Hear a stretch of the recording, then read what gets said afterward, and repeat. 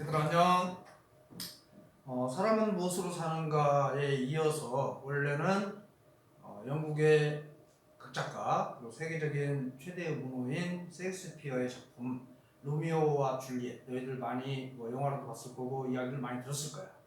원래는 셰익스피어 작품인 이 로미오와 줄리엣을 하려고 했는데 너희들한테 프린트를 나눠줄 수도 없고 그래서 프린트가 없는 상태에서 이걸 수업하기가 너무 힘들어. 그래서 이후에 한참 후에 해야 되는 우리가 이 도덕적 딜레마와 정의를 이해하는 세 가지 방식에 대해서 선생님이 이야기를 할까 해. 자, 지금 숙제를 낸 사람들도 있고 아직 내지 않은 사람들도 있고 대다수가 영상을 봤지만 몇 명은 출석 댓글을 댔지 않았어. 지금 아직까지도. 참 난감한 상황이야. 월요일날 아무튼 군청에 보고하기 위해서는 선생님이 오늘까지 전부 다 보고서를 작성해야 되는데 아무튼 참 난감한 상황이라는 것만 이해해 주길 바라고 이것도 이번 수업도 오늘 중으로 다 봤으면 좋겠어. 그래서 선생님이 출석 댓글을 바로 출석했다는 보고서를 올릴 수 있게 해줬으면 좋겠어. 자, 오늘 하는 것은 상당히 좀 어려운 이야기인데 이게 뭐냐면 지금 원래 마이클 샌들이라고 하는 하버드 대학 교수가 한 강의나 하버드 대학 학생들을 상대로 그 중에서 처음 수업을 할 때 시작하는 내용들인데 혹시 알지 모르겠지만 더 저스티스라고 하는 마이클 샌들이라고 하는 교수가 쓴 더 저스티스의 앞 처음 부분에 나오는 이야기예요. 즉 정치 철학이에요. 정치 철학. 자, 지금 이거 보면은 도덕적 딜레마가 무슨 말인지 정의를 이해하는 세 가지 방식이라고 하는데 이 정의라고 하는 것이 바로 우리가 말하는 저스티스야. 저스티스. 이 정의를 어떻게 이해해야 되는지 지금 이 세 가지 방식에 대해서 이야기하고 있다는데 이 세 가지 방식은 아리스토텔레스라고 하는 사람, 칸트, 제레미 벤다 이런 사람들이 이야기한 겁니다. 굉장히 세계적인 철학자들이 지금 정의에 대해서 내려줬던 방식인데 우리는 이걸 보는 게 아니라 오늘은 우리는 도덕적 딜레마에 대해서만 선생님이 하나의 사례를 가지고 이야기를 할 거야. 그러면 이 도덕적 딜레마가 무엇인지부터 시작해야겠죠. 자, 이 도덕적 딜레마라고 하는 것은 무슨 뜻이냐면 자, 딜레마라고 할 때 우리는 딜레마에 빠졌어 하는 말을 자주 해. 자, 이 딜레마라고 하는 딜레마에 빠졌어 하고 말하는데 이 딜레마라고 하는 것은 여러 가지 상황 중에서 내가 뭔가를 선택해야 돼. 예를 들면 A라고 하는 상황이 있고 B라고 하는 상황이 있고 C라고 하는 내가 선택지가 있어. 내가 선택할 수 있는 것도 있어. 그러면 내가 A를 선택할 수도 있고 B를 선택할 수도 있고 C를 선택할 수도 있는데 이게 좋고 나쁨이 혼재하고 있어. 자, 좋고 나쁨이 여기 이렇게 혼재되고 있는 거야. 여기도 마찬가지고 여기도 마찬가지야. 그랬을 때 나는 굉장히 어떤 것을 선택할지 선택을 못하고 있는 상황. A를 선택할 수도 없고 B를 선택할 수도 없고 C를 선택할 수도 없는 상황. 이러한 것을 우리는 딜레마라고 해. 딜레마. 자, 딜레마의 뜻 알겠지? 그러면 여기서 말하는 도덕적 딜레마라고 하는 건 뭐냐? 도덕적 딜레마라고 하는 것은 윤리적인 문제야. 윤리적인 문제. 자, 어떤 것을 선택했을 때 올바른 것인가 하는 거야. 올바른 것인가. 자, 옳고 그름을 따지는 문제야. 옳고 그름을. 그러니까 지금 이 상황에서 놓고 보면 도덕적 원칙이 서로 충돌하고 있는 거야. 갈등하고 있는 거야. 응? 도덕적 원칙이 서로 충돌하면서 어떠한 결론도 내리지 못하고 있는 상황을 우리는 도덕적 딜레마라고 해.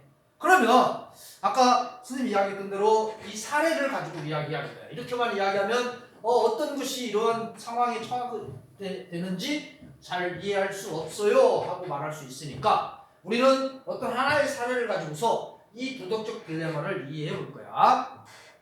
자, 지금 브레이크가 고장난 전차 선로에 5명의 인부가 작업에 열중하고 있어서 이대로 들이받으면 인부들이 모두 죽고 만다. 자, 지금 이 상황을 정확히 이야기하면 이걸 들어온 거야. 자, 기차 선로가 이렇게 쭉 있어. 기차 선로가 쭉 있고 여기에 지금 기차가 달려오고 있어. 기차가 자, 이렇게 기차가 달려오고 있어. 당연히 이 기차에는 기관사가 타고 있겠지. 기관사가 기차를 움직이는 기관사가 타고 있어. 그런데 이쯤에서 지금 5명의 인부가 여기에서 지금 일을 하고 있어. 기차의 어떤 선로를 보수하기 위해서 기찻길을 보수하고 있는 거야. 그런데 이 기차가 지금 브레이크가 고장난 상태야. 그래서 이대로 쭉 가게 되면 이 5명의 인부를 모두 죽이고 마는 상황이 돼. 자, 이건 가정이야, 가정. 가정이라고 하는 것은 중간에 그러면 소리를 지르면서 이 사람 다 내려올 수 있잖아요. 자, 그럴 수 있는 상황이 아니라는 소리야. 그런데 이 기찻길 옆으로 비상선로가 하나 있었어. 자, 그래서 이 기관사가 맘만 먹으면 이쪽으로 기차를 틀 수가 있어. 그러면 이 5명을 살릴 수 있겠지. 그런데 이 비상철로에도 인부가 1명이 있어. 그래서 이쪽으로 틀게 돼도 마찬가지로 이 사람은 죽게 돼.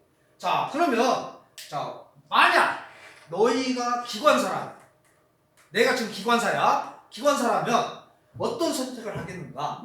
즉, 이 5명을 그대로 쳐서 죽일 것인가? 원래 가던 길대로 가서. 아니면 이렇게 방향을 틀어서 1명이만 희생할 수 있는 곳으로 방향을 틀 것인가? 자, 그래서 지금 전차를 비상철로로 돌려 한 사람을 희생양으로 삼아 5사람을 구하는 방법이 하나 있고, 원래 선로로 전차가 가게 하는 방법이 있어.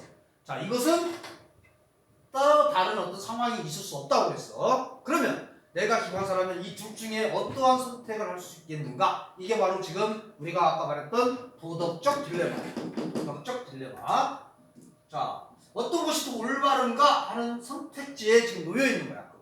그리고 나서 이것도 할 수 없고 저것도 할 수 없는 상황이 지금 놓여 있다 하고 볼 수 있겠지. 자, 그러면 이제 우리는 2번째 상황으로 갈 거야. 자, 이제는 내가 기관사가 아니야. 여기 기관사가 아니라 이 앞서서 다리가 있어. 이렇게 다리가 있는데 여기에 지금 내가 있고 굉장히 덩치가 큰 사람이 이렇게 서 있어. 자, 둘 다 지금 이 상황을 구경하고 있는 거야. 자, 그런데 이 상황을 구경하다 보니까 내가 생각할 때 이 한 사람, 덩치가 큰 사람을 다리 밑으로 떨어뜨리면 기차가 쓸 수 있을 것 같아. 우리 가정하자. 그러면 이 5명을 살릴 수가 있어. 자, 그러면 한 사람, 이 덩치 큰 사람을 떨어뜨려서 이 5사람을 살린다고 한다면 과연 나는 이 덩치 큰 사람을 밀어서 떨어뜨릴 것인가? 자, 덩치 큰 남자를 철로로 밀면 그 남자는 죽게 되는데 5명의 인구를 구할 수 있어. 과연 덩치 큰 남자를 철로로 미는 행위는 과연 올바른 것인가? 옳은 일이다. 자, 이것을 사람들에게 물어봤어. 즉 마이클 샌들이라고 하는 이 교수가 자기 수업을 강의를 듣는 2,000명? 3,000명의 매 그 정도 듣는다고 그래. 이 사람의 강의를 이 학생들한테, 하버드생들한테 물어봤어. 자, 첫 번째 어떤 상황, 내가 기관사했을 때 상황에서는 많은 사람들이 전차를 비상철로로 돌려서 한 사람을 희생시키고 5사람을 구하겠다고 하는 사람들이 많았대. 자, 그런데 2번째 사례에서는 차마 덩치 큰 사람을 밀어서 5사람을 구하는 일을 하지 못하겠다고 말하고 있어.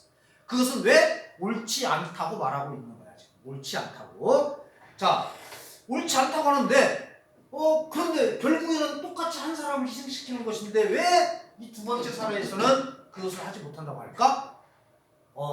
왜냐하면 잔인한 일이고 직접적 살인에 해당되기 때문에 이거 못한다고 하는 거예요. 그렇다면 이제 우리는 3번째 사례로 가서 또 다른 상황을 볼 거야. 3번째 사례를. 자, 만약 같은 상황에서 이 구경꾼인 큰 덩치 큰 사람이 어디에 있냐면 맨홀 위에 있어. 맨홀. 그리고 나는 이 맨홀을 조작할 수 있는 스위치를 가까이 있어. 스위치에 가까이 있어. 그래서 내가 만약 이 스위치를 누르게 되면 이 맨홀이 열리고 이 덩치 큰 남자는 선로로 떨어져. 그래서 역시 마찬가지로 5사람을 구할 수 있고 이 덩치 큰 남자는 죽을 수 있어. 자, 아까는 직접 밀어뜨리는 거라면 이번에는 스위치만 딱 눌렀을 때 이런 상황이 벌어지고 있는 거야.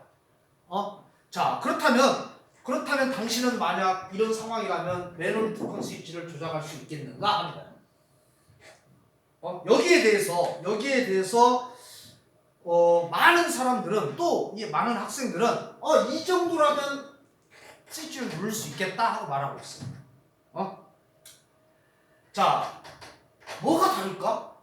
직접 미는 행위나 스위치를 누르는 행위나 기관사가 돼서 운전대를 틀어내는 행위나 어차피 한 사람을 죽이고 다섯 사람을 구할 수만 있다면 다섯 사람을 구할 수 있다면 다 같은 똑같은 결론에 이르는데 우리는 왜 첫 번째 그리고 세 번째 사례에서는 할 수 있다라고 하는 사람들이 많고 두 번째 사례 직접 밀어뜨리는 행위에 대해서는 그거는 옳지 않은 행위다라고 말을 할까? 다 똑같아. 어차피 덩치 큰 남자나 아까 이야기했던 인부나 자신의 의지와 상관없이 이 사람들은 다 죽게 되었습니다.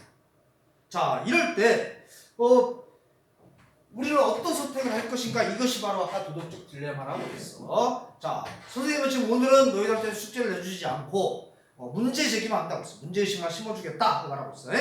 자, 지금 이런 상황은 도덕 원칙이 서로 충돌하면서 일어나는 생각이야. 하나는 가능하면은 많은 생명, 즉 다섯 사람을 구해야 된다라고 하는 원칙, 도덕적 원칙이고 다른 하나는 아무리 명분이 옳다고 할지라도 이렇게 한 명 있는 인부나 또는 덩치 큰 사람이나 이 사람들을 희생시키는 것은 잘못이라는 원칙, 이 두 가지가 지금 충돌하고 있기 때문이야. 많은 생명을 구하자니 죄 없는 한 사람이 죽여야 되는 상황이야. 자, 이런 도덕적 딜레마의 상황에서 나라면 어떠한 선택을 할 것인가? 이게 정답은 없습니다.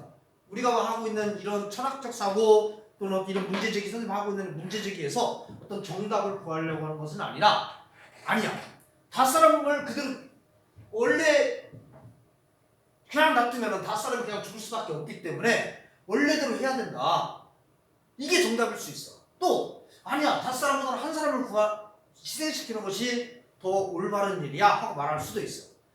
우리가 이야기를 이렇게 주장할 때는 항상 근거가 필요하다고 했어. 근거. 자, 앞으로 우리는 언제가 될지 모르겠지만 다시 우리 학당에 나오게 되면은 원래 독서논술로 갈 거고 그렇지 않다면은 또 이런 강의를 할 건데 자, 다음 강의에서는 만약에 우리 영상 강의를 한다면은 영화를 갖고 이야기할 거야. 영화를 갖고 이야기할 건데 그 영화가 뭐냐면은 아프가니스탄의 염소치기 론 서바이버라고 하는 영화야. 여기서도 마찬가지로 도덕적 이 딜레마가 발생하게 돼. 자, 여기 가기 전에 우리는 어떠한 것을 주장할 때 근거가 필요하다고 했어. 내가 지금 주장하는 거 다섯 명을 희생시켜야 된다. 왜? 거기에 대한 근거가 필요하지. 한 명을 희생시켜서라도 다섯 명을 구하는 것이 올바르다. 이것도 근거가 필요하겠지. 우리는 이런 것들에 대해서 아까 말했던 세 가지 정의를 바라보는 세 가지 방식, 정의를 이해하는 세 가지 방식에 대해서 아주 쉽게 선생님이 설명하고자 해. 그래서 예를 들면은 제레미 벤담이라고 하는 공리주의자 철학자가 있는데 이 사람은 양을 따진다. 양적으로 더 많고 이 사람들이 더 행복하다면 소수 한 명, 두 명이 희생당해도 이렇게 해야 된다고 말을 해. 그래서 제레미 벤담의 철학에 근거하면 다섯 사람을 살리기 위해서는 한 사람을 희생시키는 것이 올바른 거야. 인부가 되었던 덩치 큰 사람이 되었든. 자, 앞으로 이런 것에 대해서 우리는 이렇게 아까 말했던 논 서바이벌이라든지 또는 영국에서 일어났던 실제적 상황 이런 것들을 가지고서 이야기를 하면서 여러분들과 우리가 정의라고 하는 것을 어떻게 이해할 것인가를 아주 기초적인 수준에서나마 우리가 말하는 정의와 불의는 이분법적으로 우리 사회에서는 딱딱 떨어지진 않아. 우리가 초등학교 때는 봤던 만화 영화라든가 애니메이션이라든가 또는 소설을 보면은 정의와 불의가 부정의가 딱 떨어져 있어. 대부분의 영화들도 다 그러죠. 드라마도 그래. 착한 사람, 나쁜 사람이 갈등과 서로 충돌하고 경쟁하면서 결국에는 착한 사람이 이기는 것, 뭐 이런 식으로 이분법적 흑백논리적 사고방식이 대부분이야. 그렇지만 앞으로 우리가 맞닥뜨려야 되는 상황에서는 정의와 불의 이것이 딱 이분법적으로 나눠질 수 없다는 소리다. 그래서 우리는 여기서도 봤다시피 이런 식으로 다섯 명과 한 명의 희생 이 중에서 어떤 것이 올바른가 옳은 일인가 내가 해야 될 수 있는 것이 무엇인가를 놓고 보자는 거야. 자, 아까 이야기했듯이 여기 이 염소치기도 실제 있었던 이야기야. 2005년 6월 달에 미 해군 특수부대 시리라고 하는 소속 부대원 4명이 어떤 인물이 뛰고 갔다가 실제로 있었던 일들인데 여기에서도 도덕적 딜레마가 나타납니다. 즉 우리들 상황에서 우리가 살아가는 상황에서는 이러한 도덕적 딜레마가 우리를 계속해서 괴롭힐 거야. 자 거기서 내가 어떠한 선택을 하는 것이 더 올바른 일인가 어떤 일이 옳은 일인가 하고 우리가 선택하는데 도움이 되고자 하는 것이니 이 영상 꼭 처음부터 끝까지 다 봤으면 좋겠고 우리 학당에 나왔을 때 이거 가지고 다시 한번 논의를 해봤으면 좋겠어. 자, 그럼 오늘 수업은 여기서 마치도록 하겠습니다. 건강하게 남은 학당 나오지 않는 기간에도 건강하게 지냈으면 좋겠어. 자, 안녕.